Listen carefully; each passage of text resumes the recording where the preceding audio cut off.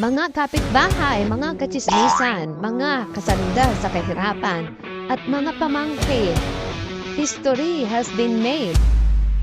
Sold out na naman ang SB19 concert sa Philippine Arena in just 7 hours. Grabe kayo ha? O ay sino sa inyo ang nag-alay ng pansit canton at sumayaw ng gento ng 3 oras ha? Hindi lang yan. Ay nako, ang sarap talagang ulit-ulitin.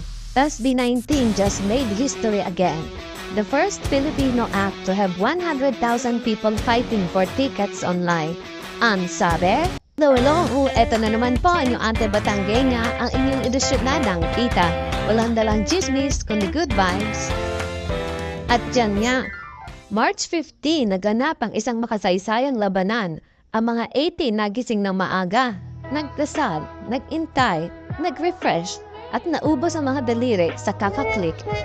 Pero sa isang iglap, sold out na. Basta sa mga pamangking kong hindi pa nakaka-recover hanggang ngayon, ay grabe talaga ano. Ay para tayong sumali sa lotong walang nananalo eh. Ay sa haba ng pila, ay talaga namang mapapadasal ka.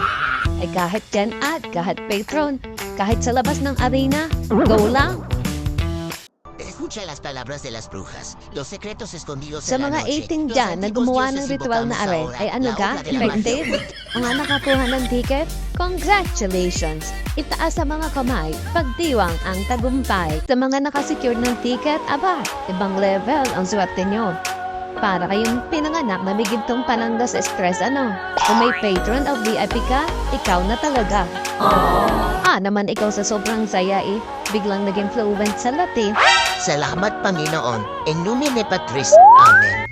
Ngunit sa kabilang banda, may mga napaiyak, napasuntok sa hangin at napahugulhol sa Messenger GC. Nasa loob na ako ng site, pero wala pa rin ticket.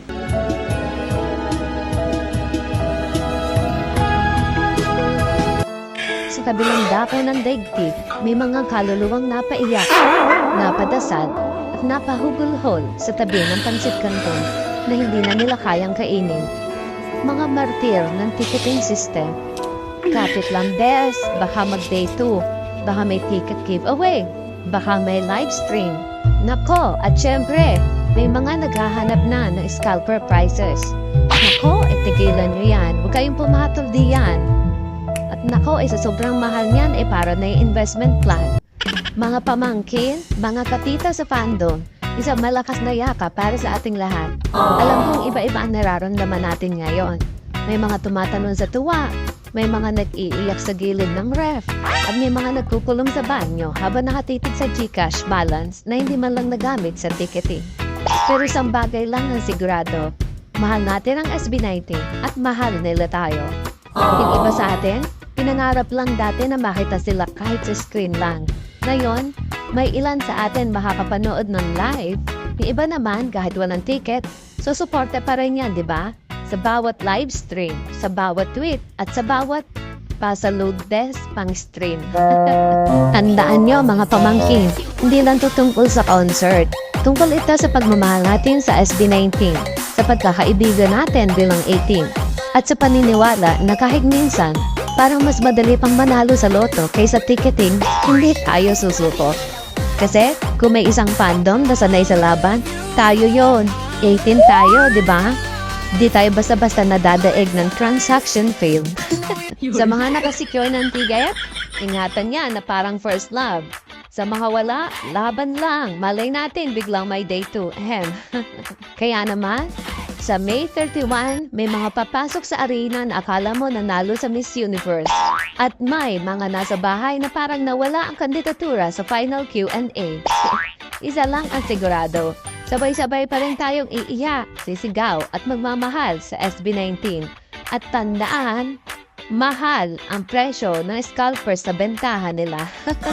Siyempre, paulit-ulit, alam natin kung gaano natin kamahal ang SB19. Hindi lang basta P-pop group yan sa atin.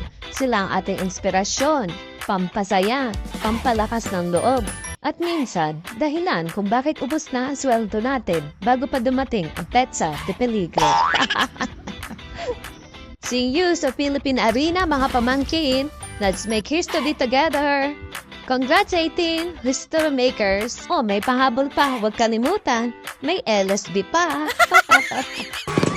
This has been FB19